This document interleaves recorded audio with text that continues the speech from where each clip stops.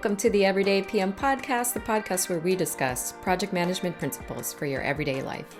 My name is Campea, and I'm a certified project/program manager with over a decade of experience working for healthcare, retail, consumer goods, and tech industries. As you can see, this week I'm flying solo to bring you another special edition of the Everyday PM Podcast. And for this week, we are talking about assembling a team using Marvel's The Avengers. Now, no team is perfect from the start. Why is that? Well, teams have to go through what we call stages of development. The best analogy I can make is forming a sports team. Are all the players in sync from day one? Likely no. Getting a team to championship level play takes time, it takes commitment, it takes the team going through ups and downs, and going back to our sports analogy, it takes practice. Without further delay, let's dive into what Marvel's The Avengers can teach us about the 5 stages of team development. When assembling a project team or a band of superheroes, to ensure the team runs as smoothly as possible and goals are hit, it's in everyone's best interest to implement the 5 stages of team development: forming, storming, norming, performing, and adjourning. I wish it was adjourning. Anyway, if you're new to this concept known as Tuckmans Theory, that's okay. I've got you covered.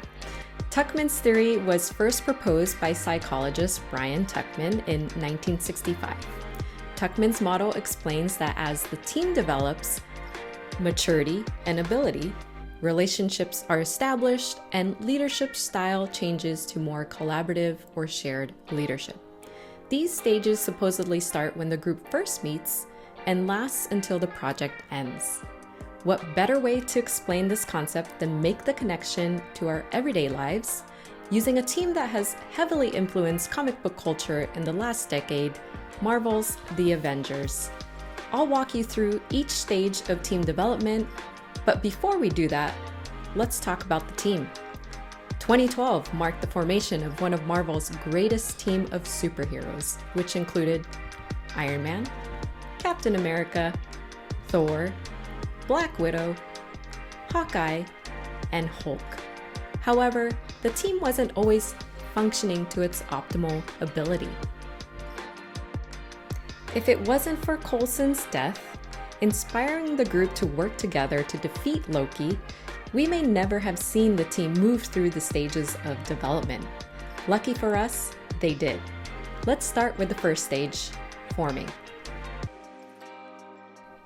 The forming stage involves a period of orientation and getting acquainted. You can remember it as that getting to know you stage in The Avengers. It's that whole, "Hey, I'm Nick Fury. Oh, hey, I'm Steve Rogers. Let me wipe my hands" scene. The team is not so much a team as the story begins with Barton and Fury working together. After the Tesseract is activated and allows Loki to enter Earth, Fury engages what we later come to know as the Avengers Initiative. Fury tasks Natasha with recruiting Banner to help with gamma radiation research.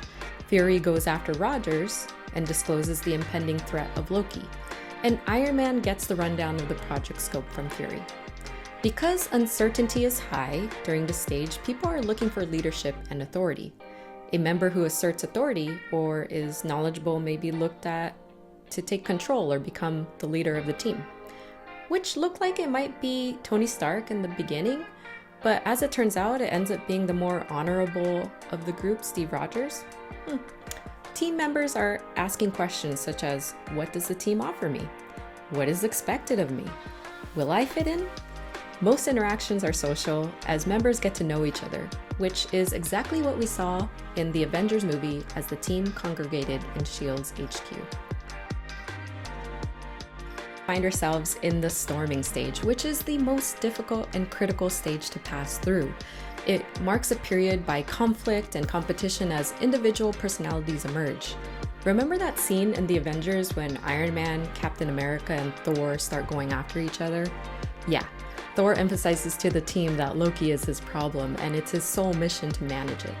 However, Iron Man and Captain America don't trust Thor, creating tension amongst the storming team.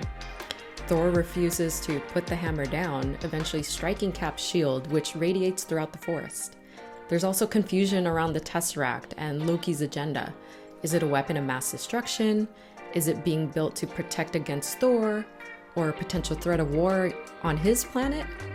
We don't know. Team performance may actually decrease in the stage because energy is put into unproductive activities. Hence the back and forth between Iron Man, Captain America, and Thor, as well as this whole thing around the Tesseract and what is it? Members may disagree on team goals, and subgroups and cliques may form around strong personalities or areas of agreement. To get through this stage, members must work to overcome obstacles, to accept individual differences, and to work through conflicting ideas on team tasks and goals. Teams can get bogged down in this stage, so be aware that you don't want your teams to stay in the stage for too long. Failure to address conflicts may result in longer-term problems.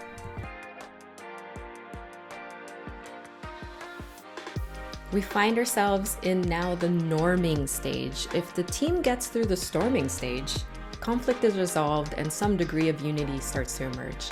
In the norming stage, consensus develops around who the leader is or leaders are. In this case, I think we all can agree it ends up being Captain America. And the individual members understand what their roles are, of course, throughout the Avengers. Interpersonal differences begin to be resolved and a sense of cohesion and unity emerges.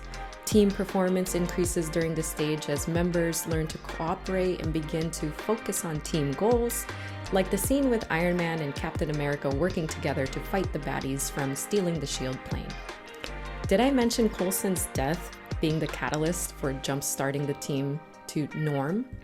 Yeah, sure, Fury fibbed a little bit about what that whole story was about the trading cards and such, but whatever, it worked.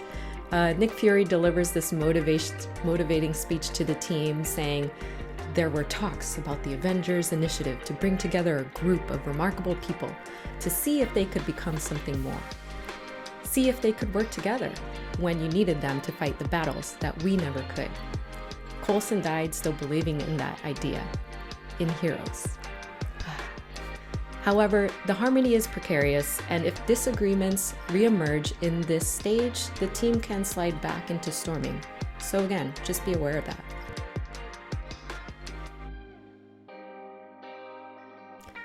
In the performing stage, consensus and cooperation have been well established, and the team is mature, organized, and well-functioning.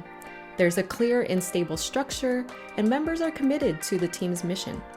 We see Captain America giving orders very militaristic to each team member, and none of them seem to be seeing it as him bossing them around. There's mutual respect amongst the team, and they see Cap as their leader. Problems and conflicts may still emerge in this stage, but they are dealt with constructively. The team is focused on problem solving and meeting team goals. Solidifying a performing team, we hear it from Tony Stark himself in the scene with Loki, when Loki thinks he has Tony Stark trapped in Stark Towers. We're sort of a team, says Tony to Loki, and refers to his team as Earth's mightiest heroes, going on to describe each team member. If that isn't a sign of team camaraderie, then I don't know what is. In the adjourning stage, most of the team's goals have been accomplished. In this case, taking down Loki and the rest of the alien baddies that were invading Earth.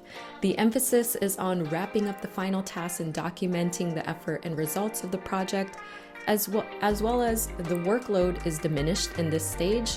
Individual members may be reassigned to other teams, and the team essentially disbands. We see this as the team goes off all on their individual own to live their lives, do whatever comes next. There may be regret as the team ends, so a ceremonial acknowledgement of the work and success of the team can be helpful. Shawarma. If the team is a standing committee with ongoing responsibility, members may be replaced by new people and the team can go back to a forming or storming stage and repeat the development process. The movie ends with a team adjourning and a nice exchange of dialogue between Colby and Fury. How do we know they'll come back? Colby says to Fury. Because we'll need them, Fury responds. Considering we get Age of Ultron, Infinity War, and Endgame, I'm confident we see several iterations of the Avengers going through the stages of team development. That will do it for me in this installment of the Everyday PM podcast. I hope you enjoyed this special edition as we use Marvel's The Avengers to connect project management principles about team development and the stages that a team goes through to form what we eventually see as the badasses of the Avengers. Make sure you visit theeverydaypm.com as well as subscribe to my YouTube channel, youtube.com/Ann Campea. While you're there, click like, subscribe, click on that bell to get notifications on when new content goes up. Thank you so much for joining me, and until next time, take care.